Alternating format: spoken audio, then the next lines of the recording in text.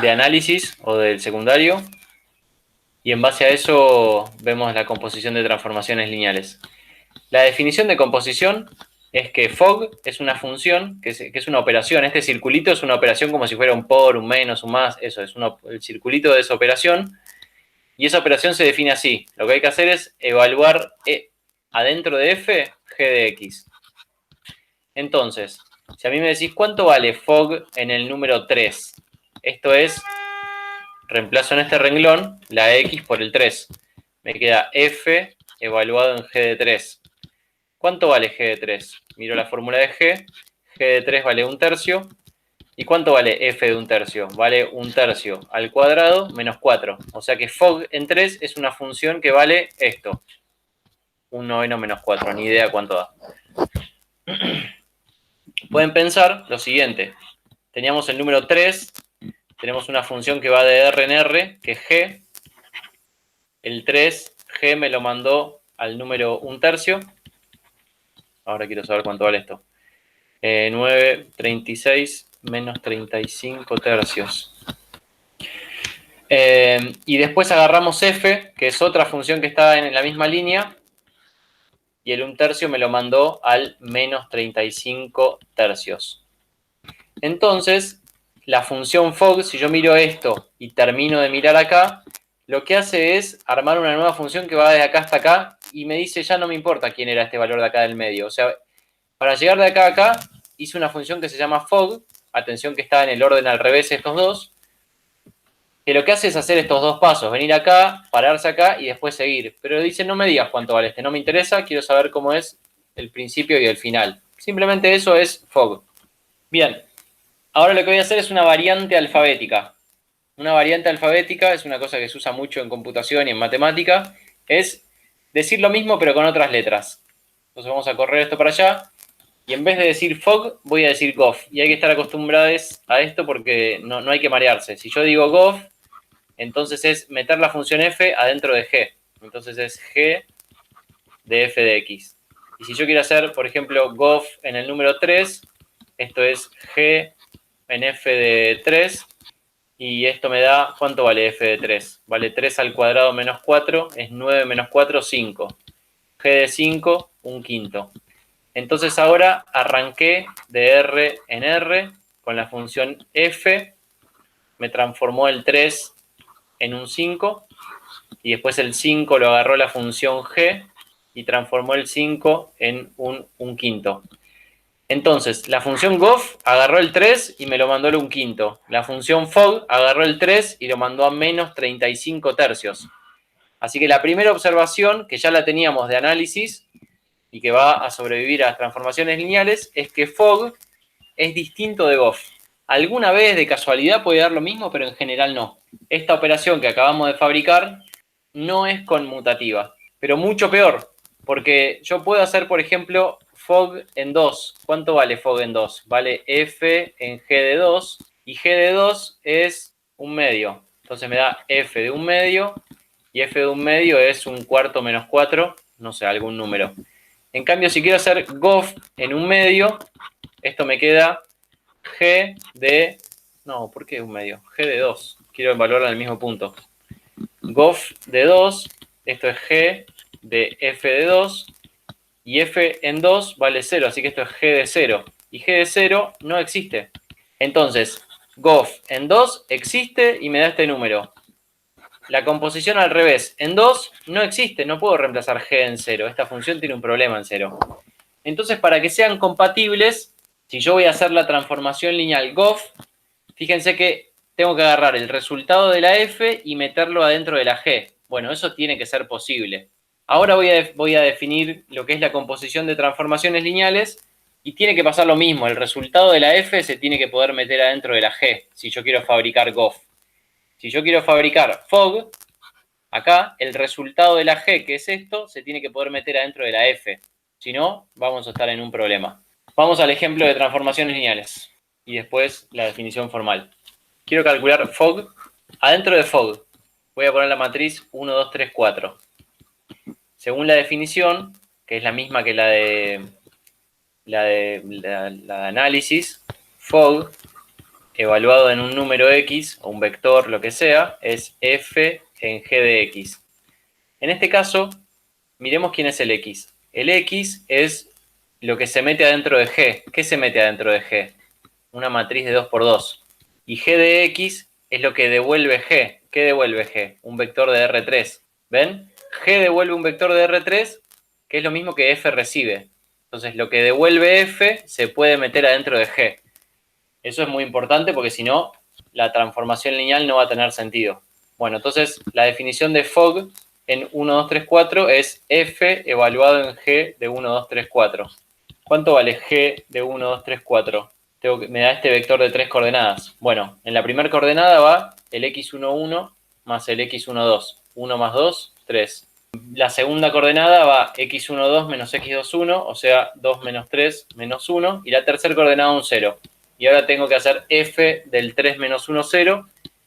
Y eso me da 2 y menos 3, si no me equivoco. La f ya la calculé, eso no va.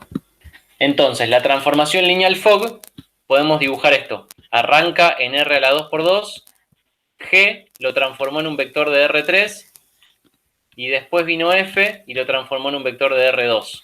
¿Cómo fue el procedimiento? Agarré la matriz 1, 2, 3, 4, g la mandó al vector 3 menos 1, 0, y el 3 menos 1, 0, f me lo mandó al 2 menos 3. Entonces, si yo quiero, puedo decir que Fogg es una transformación lineal que hace esto y que manda el 1, 2, 3, 4 la matriz 1, 2, 3, 4 al vector 2 menos 3. O sea, Fogg es una transformación lineal que va de R a la 2 por 2 en R2. Y ya me olvido de esto que quedó acá en el medio que no me interesa. Como decía Francisco, al revés no tiene sentido.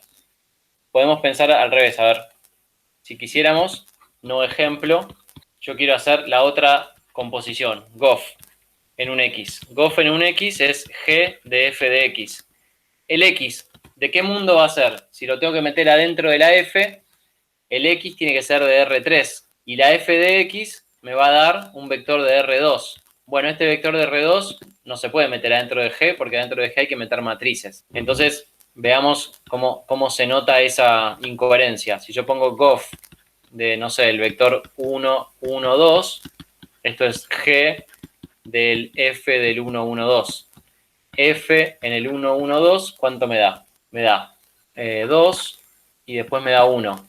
Y esto no tiene sentido. Entonces, GOF no tiene sentido como transformación lineal. No se puede hacer esa composición. Entonces, vamos a la definición de composición formal y después hacemos un trabajito más con ese ejemplo.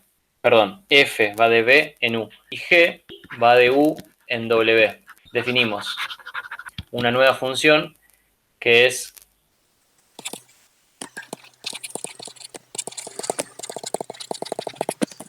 ahí está. Entonces, ahí está lo que necesito que suceda con los espacios vectoriales, con los conjuntos. La F va de B en U. Y en U tiene que arrancar la G para llevármelo a W. Entonces, la transformación lineal que va desde el principio hasta el final, esa es la que se llama GOF. Entonces, atención porque las letras en el diagrama este están primero F y después G, pero en la notación de la composición se escribe al revés. La de la derecha es la primera función que aplico. Y la propiedad que me hace entusiasmar, y que por eso esto tiene mucho sentido estudiar en esta materia, es que si F y G son como está ahí arriba, son transformaciones lineales, entonces la composición GOF es transformación lineal. O sea que el mundo de las transformaciones lineales es un mundo cerrado para la composición. Y esa demostración, háganla. Es una demostración interesante donde lo único que tienen que usar es la definición de transformación lineal y la definición de la composición que está ahí arriba. Entonces chequeen que GOF es una transformación lineal, que GOF de la suma te da la suma de las GOF, GOF de producto por escalar, el escalar sale para afuera. Les invito a que hagan la demostración, no va a ser difícil, o eso espero. Dicho eso, podemos trabajar en el mundo de las transformaciones lineales con mucha tranquilidad usando la composición y las transformaciones, y eso, usando la composición. Bueno, ven que hacer esta cuenta que hice acá y que estuvo bien, implica un poco tedioso, porque tengo que evaluar en una función y después tengo que evaluar en la otra, y además esa cosa me está informando el numerito del medio, que es el que yo dije que no me interesaba más. Yo quiero saber cuál es la nueva función. Entonces, ¿podría conseguir la fórmula de la transformación lineal Fogg? Esa es una cosa que nos va a interesar. Y ahí empiezo a contestar la pregunta que me hizo Mariano sobre el 10.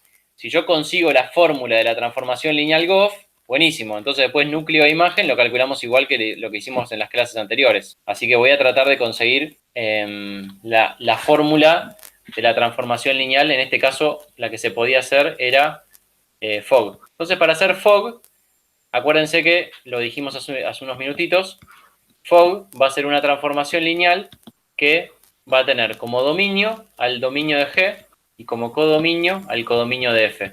Eso porque estoy siguiendo este dibujito de letras que están acá.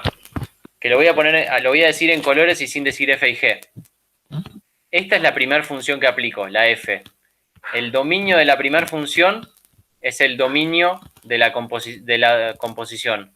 Después, el codominio de la primera función tiene que ser igual al dominio de la segunda. Y después, lo que me devuelve la segunda función es lo que me devuelve la composición. Entonces, usando ese diagramita de colores, es que digo que Fogg tiene que ir de R2 por 2 a R2. La primera transformación lineal que voy a usar es G, y G arranca de acá. Entonces, acá arranca mi composición. Me lo va a mandar a R3. R3 retoma F y me va a devolver finalmente R2. Por eso el camino total es así. Y llego hasta acá. De R a la 2 por 2 en R2. Bueno, entonces adentro de Fogg puedo meter una matriz genérica. X11, X12, X21, X22. Y esto es F de todo esto. F evaluado en todo eso. F en G de la matriz. Y G de la matriz es exactamente esto. Así que me copio ese vector. Y ahora está la clave de hacer bien esta cuenta. Hasta acá me imagino que no es mucho lío. Yo voy a leer la F así. F de un vector de 3 coordenadas me da como resultado un vector de 2 coordenadas. En la primera coordenada tengo que poner la primera coordenada más la segunda. O sea, esto más esto. ¿Cuánto me da eso? Me da x11. Esperen que esto no va a entrar. Si sumo las primeras dos coordenadas me da x11 más 2 veces x12 menos x21. Y la segunda coordenada es la tercera menos la primera. Entonces me queda menos x11 menos x12. Y ahí conseguí la fórmula de Fogg. Ahí tenemos la fórmula de Fogg. Entonces ahora si yo quiero calcular cuánto vale f Fogg en la matriz 1, 2, 3, 4, ya de un saque lo hago. Me da primera coordenada más 2 veces la segunda, me queda 1 más 4 menos 3, me da 5 menos 3, 2. Y después menos este, me queda menos 3. Y ya de un saque lo logré. Entonces, si yo quisiera usar la fórmula de la transformación lineal composición, puedo componer las fórmulas y el paso clave es este, que es el que hay que tener cuidado con las cuentas. Alguien puede decir que conocemos las transformaciones lineales con su fórmula y las conocemos definidas sobre una base. Entonces, ¿será que puedo trabajar con la definición de Fogg sobre una base en vez de hacer todo este lío que hice recién de la fórmula? Y allá voy, miren. Dijimos recién que Fogg es una transformación lineal que arranca en R a la 2 por 2 y va a R2. Entonces, si yo quiero decir cuánto vale Fogg, puedo decir, agarrar una base de R a la 2 por 2, que va a tener 4 matrices, y decir cuánto valen esas 4 matrices. Hago así, 2, 3, me encanta cómo lo alinea, 4, y de este lado tengo que poner vectores de 2 coordenadas. Si yo completo esto, ya está, tengo toda la información que necesito sobre Fogg. Bueno, acá voy a poner la base canónica, ya que estamos, ley del menor esfuerzo mediante. Y ahora tengo que hacer estas 4 cuentas, nada más. Entonces, calculito auxiliar. Esto es lo mismo que F en G de la primera matriz canónica. ¿Cuánto vale G de la primera matriz canónica? Vale 1, 0, 0. ¿Y cuánto vale F del 1, 0, 0? Vale 1 menos 1. Para el segundo renglón necesito F de la segunda de F evaluado en G de la segunda matriz canónica. G de la segunda matriz canónica me da 1, 1, 0. Entonces esto da 2 menos 1. Acá necesito F de G de la tercera matriz canónica. G de la tercera matriz canónica es 0 menos 1. Entonces esto da menos 1 y 0. Y por último, abajo de todo, necesito F de la cuarta matriz canónica, que me da 0, 0. Y eso me da 0, 0 también. Así que ya está. Con esas 4 cuentas tengo la definición de Fogg sobre una base. Así que ya les mostré en el segundo video de núcleo de imagen cómo calcular núcleo de imagen usando esto. Así que también podríamos laburarlo por ese lado. O a partir de acá conseguir la fórmula de la transformación lineal, que eso sería un poco más fiaca. Bueno, dos propiedades más importantes. El núcleo de G está incluido en el núcleo de Fogg y la imagen de F está incluida en la imagen de Fogg. Acá les encargo buscar ejemplos donde valga el igual y donde no. Les voy a mostrar un ejemplo. Quiero mostrarles un ejemplo donde acá no valga el igual, donde el núcleo de G sea distinto al núcleo de Fogg. Entonces voy a definir una transformación lineal G sobre la base canónica. Va a ir de R2 a R2. Esta va a ser mi G. La voy a escribir con esta notación. El primer canónico lo mando al primer canónico y el segundo canónico lo mando al 0. Esta es mi G. Y la F la voy a definir así. También sobre la base canónica, el primer canónico lo voy a mandar al 0 y el segundo canónico lo voy a mandar al segundo canónico. ¿Quién es el núcleo de G? Pareciera que el núcleo de G tiene este vector, ¿no? Por lo menos va a tener este vector. No sé si tiene algo más. Así que formalmente yo debería decir esto. Ese vector o el generado por ese vector es parte del núcleo. ¿Será que hay alguien más? G va de R2 en R2. Núcleo e imagen suman 2. La imagen es esta, generado por esto. Tiene dimensión 1 la imagen. Entonces el núcleo también tiene dimensión 1. Por lo tanto, ese es el núcleo de G. Se los acabo de justificar prolijamente. Espero que se haya entendido. Así que tengo una transformación lineal cuyo núcleo tiene dimensión 1. Y ahora quiero definir la transformación lineal Fogg. ¿Cuánto vale Fogg en una base? Entonces voy a ver cuánto vale Fogg del primer canónico y cuánto vale Fogg del segundo canónico. Para hacer Fogg del primer canónico, primero tengo que aplicar G. ¿Cuánto vale G del 1, 0? Vale 1, 0. Y después a esto le tengo que aplicar F. Estoy haciendo los dos pasos. ¿Cuánto vale F del primer canónico? Mirando este renglón, vale 0. ¿Y cuánto vale G del segundo canónico? Vale 0. Y después a este vector le tengo que agarrar con F, pero las transformaciones lineales siempre mandan el 0 al 0. Así que Fogg es una transformación lineal que agarra la base canónica y todita la manda al 0. Así que estos dos vectores que están acá están en el núcleo. El núcleo de Fogg es todo R2. O sea que este tiene dimensión 1 y este tiene dimensión 2. Y este núcleo está metido dentro de esto. Así que ahí tienen distintas dimensiones, así que son subespacios distintos. Entonces con este ejemplo pavo que acabo de inventar, donde armé dos funciones que los canónicos lo mandan uno a sí mismo y el otro al 0, les mostré un ejemplo donde el núcleo de G está metido dentro del núcleo de Fogg, pero no coinciden esos núcleos. Ahora, podríamos hacer otro ejemplo donde los núcleos sí coincidan. Bueno, eso es lo que les invito a que piensen. Y también que piensen cuál es la imagen de F, cuál es la imagen de Fogg. Esta igualdad está al revés. Este no era un truco. Esto fue sin querer. Es así. ¿Quién es la transformación lineal que yo voy a poner acá?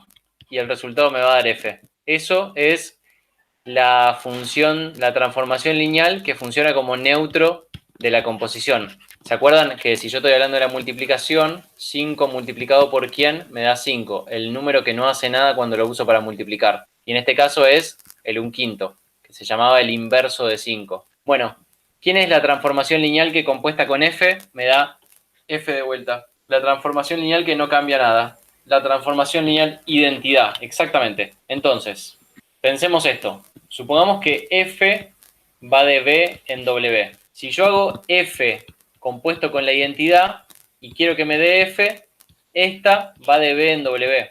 Esta tiene que ir de B en W también. La primera transformación que se aplica es la identidad y la segunda que se aplica es la F, que va de B en W. Si yo quiero que todo vaya de B en W, entonces la identidad tiene que ir de B en B. ¿Lo dije bien y lo escribí mal o qué? Acá.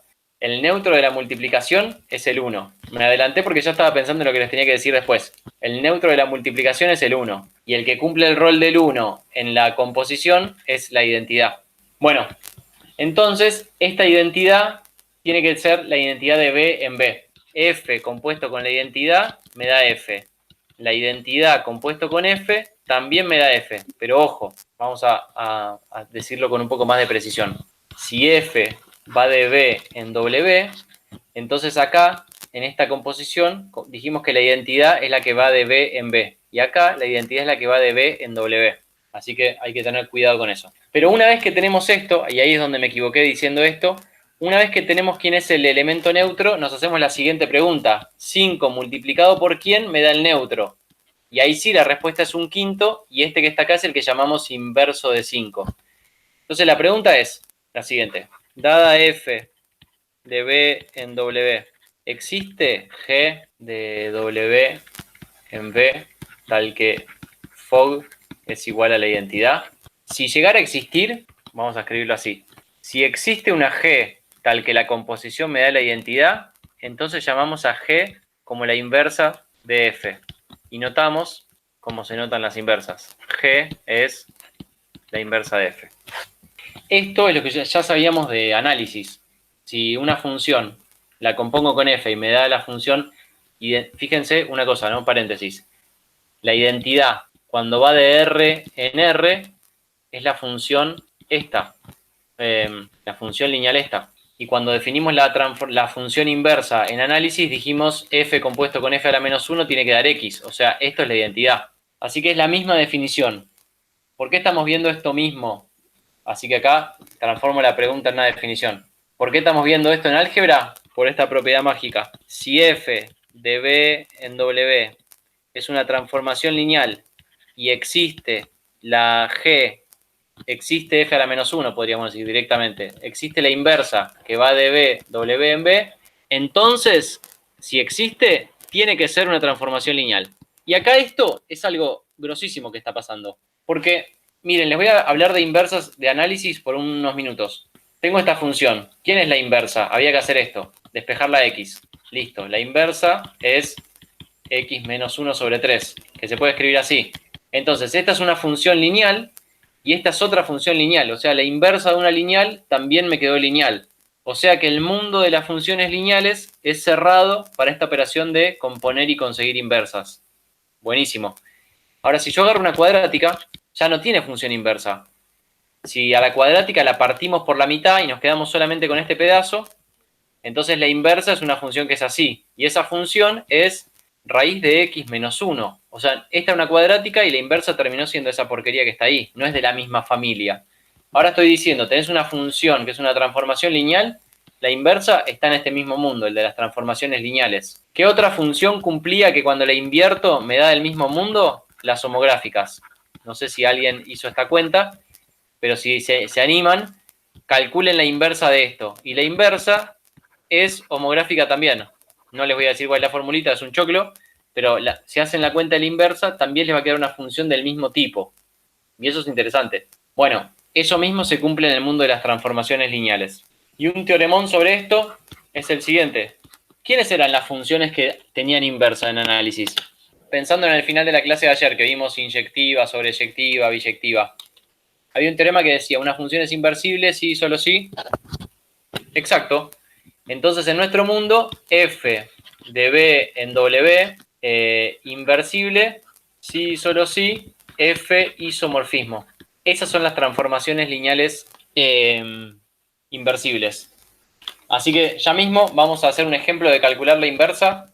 Pongo así una x grande que significa x1, x2, x3, x4. Bien, para decidir si es inversible, ¿qué hago? ¿Me dicen? Chequeamos si es un isomorfismo, me lo dice el teoremón de arriba. La pregunta es, ¿cómo chequeo si es un isomorfismo? A ver si la imagen me da todo r a la 2 por 2. Esa es una forma. Bueno, calculemos la imagen, a ver. La imagen de f es el generado por f del primer canónico, f del segundo canónico, f del tercer canónico, f del cuarto canónico. F del primer canónico me da 1, 1, 1, 1. F del segundo canónico me da menos 1, 0, 1, 0. F del tercer canónico me queda 0, 1, 0, 0. Y F del cuarto 0, 0, 0, menos 1. Y ahora, como decía Brandon, necesito saber si la imagen me da todo R a la 2 por 2. Entonces yo digo, si son LI, la dimensión de la imagen es igual a 4. Y como la imagen está incluida en R a la 2 por 2 y este tiene dimensión 4, si este llega a tener dimensión 4, son iguales. Por lo tanto, vale el igual, y entonces f es epi. Así que con todo esto comprobaría que f es un epimorfismo. Bueno, a ver, vamos a chequear la independencia lineal. ¿Usamos el determinante? necesito ver que esto es compatible determinado, ¿no? Bueno, voy a usar el determinante de la matriz que está ahí, para ver que sea compatible determinado. Columna 4, este menos 1 me queda adelante, le pongo un menos, y me queda el determinante de 1 menos 1, 0, 1, 0, 1 y 1, 1, 0. Voy a hacer columna 2 más columna 1 en la columna 2. Esa operación no me cambia el determinante, no me olvido el menos que tiene afuera. No sé si se dieron cuenta, pero cuando yo quiero saber si el determinante es 0 o no, las operaciones de Gauss no me van a modificar eso. Me sacan un menos para afuera o me sacan un numerito multiplicando, pero que sea 0 o no sea 0 nunca me lo van a modificar. Ahora desarrollo por la fila 1, tengo el menos de antes y me queda el determinante de 1, 1, 2, 0, que es distinto de 0, ya fue. Por lo tanto, es compatible determinado, por lo tanto estas son LI, y por lo tanto esto que está acá se cumple. Y ahora ya sé que es EPI. ¿Cómo sigo? Para chequear que sea mono, mono es lo mismo que el núcleo de F sea solamente el 0, o sea que el núcleo tenga dimensión 0. No me voy a poner a calcular el núcleo. Acuérdense también que si se ponen a calcular el núcleo les va a quedar esta misma matriz, pero no hace falta. Teorema de la dimensión me dice dimensión del dominio es igual a dimensión del núcleo más dimensión de la imagen. Este vale 4, este vale 4, así que este tiene que valer 0. F tiene inversa. Buenísimo. La pregunta es, ¿cómo consigo la inversa? Y ahí viene el momento magia de una propiedad que les di ayer, que capaz que se la olvidaron. Me quiero copiar, necesito esto. Decía que F, isomorfismo, transforma bases en bases, ¿no? Eso había dicho. Estas matrices que están acá fue el resultado de aplicarle F a la base canónica de R4. Así que voy a escribir eso que hice. Esto es F del primer canónico, esto es F del segundo canónico, esto es F del segundo canónico, esto es F del tercer canónico y esto es F del cuarto canónico. O sea que F agarra este valor y lo lleva, este vector lo lleva a esa matriz, este vector a esa matriz, este vector a esa matriz, este vector a esa matriz. Eso es lo que hace la transformación lineal F. Así está definida sobre una base. Esta es la definición de F. Ahora, la propiedad que vimos ayer me dice, si tenés un isomorfismo y esto es una base, tenés garantizado que esto que está acá es una base. Y eso ya lo tenemos garantizado porque dijimos que estos que están acá son LI, entonces la imagen me da todo R a la 2 por 2, así que esto es una base de la imagen, que es una base de R a la 2 por 2. Pero bueno, vuelvo para acá y digo, esto es una base. Entonces, ¿qué es lo que hace la transformación lineal inversa? Me da vuelta estas flechas. Esto que está acá, que estoy haciendo acá, es f a la menos 1. Entonces ahora puedo escribir la definición de f a la menos 1. Es una transformación lineal que va al revés, va de r a la 2 por 2 en R4 y la voy a definir sobre una base. F del 1, 1, 1, 1 me da el primer canónico de R4. F de menos 1, 0, 1, 0 me da el segundo canónico de R4. F del 0, 1, 0, 0, tercer canónico. Y F de esta matriz me da el cuarto canónico. Buenísimo. Si después tengo ganas de conseguir la fórmula de esta transformación lineal, vamos, la conseguimos. Es difícil, es cuentoso. Si necesito hacer cuentas con la inversa, está bueno saber hacer las cuentas con la definición de la transformación lineal, porque hallar la fórmula de nada, ya lo vieron ustedes en el ejercicio 1, es bastante cuentoso. Pero bueno, ahí tengo la inversa, ya está. Y esa propiedad que teníamos de que los isomorfismos transforman bases en bases, me dicen que esta función está bien definida. Me faltó los menos unos en todos lados. Esta es la inversa. Bueno, propiedades muy grosas para pensar que valen de análisis y siguen valiendo ahora. Si yo calculo la inversa de la inversa, me da la función original. Y si calculo la inversa de una composición, me da, ¿qué cosa? ¿Cuánto vale la inversa de la composición? Tienen que pensar con qué transformación lineal componer a Fogg para que la cuenta dé la identidad. Con esta obra de arte les voy a explicar proyectores. El proyector es una transformación lineal que cuando la compongo con sí mismo me da lo mismo que la transformación lineal original. O sea que la transformación lineal es tal que cuando la compongo con sí mismo no pasa nada. Bueno, una transformación lineal podría ser la sombra. Yo tengo acá un arbolito y acá hay un pájaro. Entonces está el sol y este es el pajarito y la transformación lineal te dice dónde cae la sombra. La sombra cae en este puntito. Entonces, Eso sería P del pajarito. Ahora, esto que está acá es lo mismo que decir P compuesto con P evaluado en X, es lo mismo que P de X. O sea que esto es haberle calculado la sombra por primera vez. Y ahora lo tengo que meter adentro de P de vuelta, o sea, le tengo que calcular la sombra de vuelta. Pero si la sombra esta llegó al piso, cuando le calculo la sombra, me da este mismo punto de vuelta. Entonces no se mueve. Al pajarito le calculo la sombra y le vuelvo a calcular la sombra y vuelvo a estar en este mismo punto. Lo mismo que haberle aplicado. O sea, cuando le quiero aplicar P por segunda vez, no pasa nada. Lo otro que se puede pensar son las proyecciones. Tienen un plano, por ejemplo, y tienen el origen. Y la gravedad hace que las cosas se caigan al piso. Entonces yo tengo una pelota acá y la dejo caer al piso, es aplicarle un proyector, la gravedad. La pelota cayó en este punto. Y ahora a esta pelota que cayó acá le voy a decir caete de vuelta y vuelve a caer en el mismo punto. O sea que la función C, que es caerse, cuando se la aplicás a un X, se cae sobre el plano. Y una vez que la pelota se cayó, cuando le decís caete de vuelta, te da lo mismo que no se haya que se haya caído una sola vez. Esa es la idea de los proyectores. En algún sentido, la palabra del nombre proyector es que proyecta, que te tira la cosa sobre algo. Te la tira sobre un plano, te la tira sobre una recta, y una vez que cayó, ya está, ahí se queda. Entonces, una vez que aplicaste la función una vez, no pasa nada si la aplicás de vuelta, te quedas en el mismo lugar. Vamos a hacer un ejemplo ya de la vida real de las transformaciones lineales. Vamos a ver un proyector que es este. Tiene fracciones. Hay que calcular la fórmula de Foff y fijarnos que nos da esto mismo que está acá. Y es una fiaca hacer esa cuenta. A ver, Foff en el x1, x2 es f evaluado en f de x1, x2. Y eso es f, lo que tengo dentro del paréntesis, esto que está acá, es esto mismo que está acá. Así que me lo copio. Y ahora atengámonos a esta cuenta que tenemos que hacer acá, que es un bajón. ¿Qué tengo que hacer? Tengo que meter esto rojo adentro de la fórmula de f. La fórmula de f me dice 2/3 de la primera coordenada menos 1/3 de la segunda. 2/3 de la primera coordenada, de lo que tengo dentro de f, menos la segunda coordenada. Bueno, eso recién es la primera coordenada. Ahora tengo que hacer lo mismo con la segunda. La segunda coordenada es lo mismo cambiado de signo. Ven que acá tengo 2/3 x1 y acá menos 2/3 x1. Y acá tengo menos 1/3 x2 más 1/3 x2. Es lo mismo cambiado de signo. Así que me lo voy a copiar y le voy a cambiar los signos, así no estamos todo el día haciendo esta cuenta.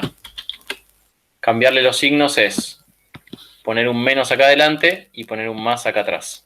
Y ahora fíjense lo que queda. Tengo 4/9 de x1 más, me faltó el 1/3 adelante, es menos 1/3 acá. Y acá entonces sería más 1/3. Entonces tengo 4/9 más 2/9, 6/9. 6/9 es 2/3, así me queda 2/3 de x1. Y acá me va a quedar lo mismo cambiado de signo. Acá tengo menos 2/9 de x2 menos 1/9 de x2. Así que menos 2/9 menos 1/9 menos 3/9, que es lo mismo que menos 1/3 de x2. Y acá lo mismo cambiado de signo. No es casualidad, llegué exactamente a la formulita roja. Fíjense que es exactamente la misma. Y eso quiere decir que llegamos a f de x1, x2. ¿Ven? Arrancamos con FOF, cuentas espantosas, llegamos a f de x1, x2. No vi sus mensajes de que falta el 1/3, perdón. Bien, así que ahí comprobé que FOF es lo mismo que f. Si yo no quería hacer esa cuenta, porque me parece un montonazo hacer la composición a mano, hallar la fórmula de la composición componiendo es bastante cuentoso, y no les gusta, estoy recontra de acuerdo, lo voy a hacer de otra manera. Miren, ¿cuál es la definición de f? Voy a olvidarme de la fórmula y voy a hallar la definición de f. La definición de f la voy a hallar en la base canónica, pero para no tener fracciones, me la voy a simplificar más y voy a calcular f en el 3,0 y f en el 0,3. O sea, no es la base canónica, pero es casi lo mismo que la base canónica. ¿Cuánto vale f en el 3,0? Vale 2 menos 1, 1, ¿no? No, mentira, vale 2. En el 3,0 acá vale 2 y acá vale menos 2. Y f en el 0,3 vale menos 1 y 1. Y ahora quiero definir FOF en la misma base. FOF en el 3,0 es F en F del 3,0. Y esto es F en el 2 menos 2. ¿Cuánto vale F en el 2 menos 2? Hay que hacer la cuenta. Me queda 4 tercios más 2 tercios, 6 tercios, que es 2. Y en el otro caso me va a quedar lo mismo cambiado de signo. Y si hago FOF en el 0,3, me queda F en F del 0,3 y eso es F en el menos 1,1. ¿Cuánto vale F en el menos 1,1? Tengo que reemplazar. Y me va a dar, les dejo para que lo verifiquen si quieren, lo mismo. Entonces, fíjense, la definición de la transformación lineal F sobre esta base me dio estos dos valores. La transformación lineal FOF sobre la misma base me dio los mismos valores. Quiere decir que son la misma transformación lineal. Así que acá cada uno puede pensar qué le gusta más. Si chequear que sobre la misma base coinciden las transformaciones lineales FOF y F, o si hallar la fórmula y ver que la fórmula de FOF es la misma que la fórmula de F. Camino que quieran. Tengo otro, pero lo podemos ver recién la semana que viene. Bien, lo otro que quiero que hagamos es hallar base y dimensión. La imagen. ¿Quién es la imagen de la transformación lineal esta? El generado por estos dos. Pero esos dos son múltiplos, así que me quedo con un solo generador, este. ¿Está bien? Así que no tengo que hacer cuentas. La imagen es el menos 1, 1. Estoy esperando que alguien lo responda. Vamos a que nos acompañe esto al nuevo ejercicio. Lo voy a dejar ahí escrito para que en el subconsciente alguien esté pensando sobre esto. Vamos con el núcleo entonces. Para calcular el núcleo, lo que tengo que hacer es igualar la transformación lineal a 0. Entonces, cuando igualo la transformación lineal a 0, me queda la primera coordenada igualada a 0 y la segunda coordenada igualada a 0. Ahora, claramente pueden ver que como las ecuaciones son la misma cambiada de signo, en la matriz va a haber una fila que se va a ir. Bueno, miren, hago eso. Igualado a 0, igualado a 0, y armo la matriz de la transformación lineal, que es 2 tercios menos 1 tercio, menos 2 tercios, 1 tercio. Una fila es múltiplo de la otra, multiplico todo por 3 para sacarme de encima las fracciones espantosas esas, y llego a que x2 es lo mismo que 2x1. Así que el núcleo está generado por, en donde dice x2 tengo que poner 2 veces x1, este vector. Esta transformación lineal va de R2 en R2, así que para graficarla necesitaría 4 dimensiones, que no puedo hacerlo. Pero les voy a mostrar en un solo par de ejes cosas del dominio y del codominio mezclado, ¿no? Entonces esto es R y R, va a ser en simultáneo núcleo e imagen. La imagen es la función que tiene como la recta que tiene como generadora el menos 1, 1. O sea que es un vectorcito que sale así, así que la imagen es esta. Y el núcleo es una recta generada por el vector 1, 2. Es una recta que sale así un poquito más en vertical. Bien, más temprano calculé f del 3, 0 y me dio 2, 2. F del 3, 0 y me dio 2, 2, 2 menos 2. Este vector, el 3, 0, fue a parar al 2 menos 2 que está acá. Entonces, cuando yo agarre cualquier punto del plano que esté en el dominio, va a ir a parar a algún punto de la imagen, porque tiene que caer en la imagen. O sea que va a ir así. Y este cayó acá. El 3, 0 fue a parar al 2 menos 2. Entonces, lo que hizo la transformación lineal F fue este recorrido. Mandó el punto 3, 0 al 2 menos 2. Si yo agarro un vector del núcleo, por ejemplo este, me lo va a mandar al 0. Así que va a ser así este recorrido y lo va a mandar al 0. Si agarro un punto de acá abajo, también me lo va a mandar al 0. Todos los puntos van a caer sobre la línea roja. ¿Y con qué dirección van a caer? Van a caer con la dirección del núcleo. Entonces, geométricamente ya les digo, F de este punto va a dar, me voy paralelo al núcleo y llego hasta acá. Ahí, eso me va a dar. O sea que si este es un X, esto va a ser F de X. Tienen que imaginarse... a ver, voy a romper esto. No, tremendo esto. Uy, me pasé. Ahí va. Tienen que imaginarse que el piso es la línea roja. Y la línea verde es cómo caen las cosas. Esto es cómo caen las cosas tipo gravedad, pero cuando hay viento. Entonces el viento hace que vos dejás caer algo que está acá y baja en diagonal hasta la línea roja, ¿no? Es como si hubiera viento para aquel lado y las cosas están cayendo así en diagonal. En el ejemplo que yo les mostré antes, en vez de que estábamos en otro R, estábamos en R3. Entonces estábamos en R3 que tenemos esto así y las cosas caen sobre el plano. La transformación lineal que define este proyector, ¿cuál es? Miren cómo voy a definir la transformación lineal de la gravedad. Esta es la de la gravedad, la de las cosas caen en forma vertical. Este vector está en el piso, se mantiene en el piso. Este vector está en el piso, se mantiene en el piso. Este vector está arriba, está acá, y cae al 0, 0, 0. Entonces, esto que está acá es el proyector gravedad sin viento. Hace que las cosas se caigan al piso. Si se fijan, este pedacito, si miro así la F, F se parece a la identidad, porque los vectores los dejé iguales. Las cosas que están en el piso se quedan en el piso. Y esto lo mandé al 0. F se parece a la función que manda todo al 0. Observación, la identidad y la transformación lineal que manda todo al 0 son proyectores. Y los proyectores se pueden descomponer como un poquito la identidad y un poquito el 0, definiéndolas en la base adecuada. Porque si yo quiero que las cosas caigan en diagonal, a ver si puedo lograr que se imaginen esto. Imagínense que pongo una hoja doblada alrededor del eje Z, así como una canaleta, no sé si se ve la canaleta, así, y esa canaleta la hago recta, o sea que voy a transformar la canaleta en esto. Como si fuera una hoja doblada que está apoyada sobre el eje X y envuelve al eje Z. Uy, qué feo esto. Entonces con eso hago que las cosas caigan sobre el eje X. Y puedo hacer eso, que las cosas caigan sobre el eje X en vez de caer solamente sobre el eje, sobre un plano. Pueden caer sobre una recta. Eso sería una lluvia medio rara, que haga caer las cosas sobre la recta. Si yo quiero que las cosas caigan sobre esta recta, las cosas de esa recta se quedan iguales y las cosas que están afuera de esa recta van a caer sobre la recta. Entonces puedo hacer, por ejemplo, este va a parar al 0, 0, 0, porque es un vector que está por acá, entonces cae sobre la recta y cae en este puntito. Y lo mismo puedo hacer con un vector por acá que caiga sobre ese puntito. Y ya está.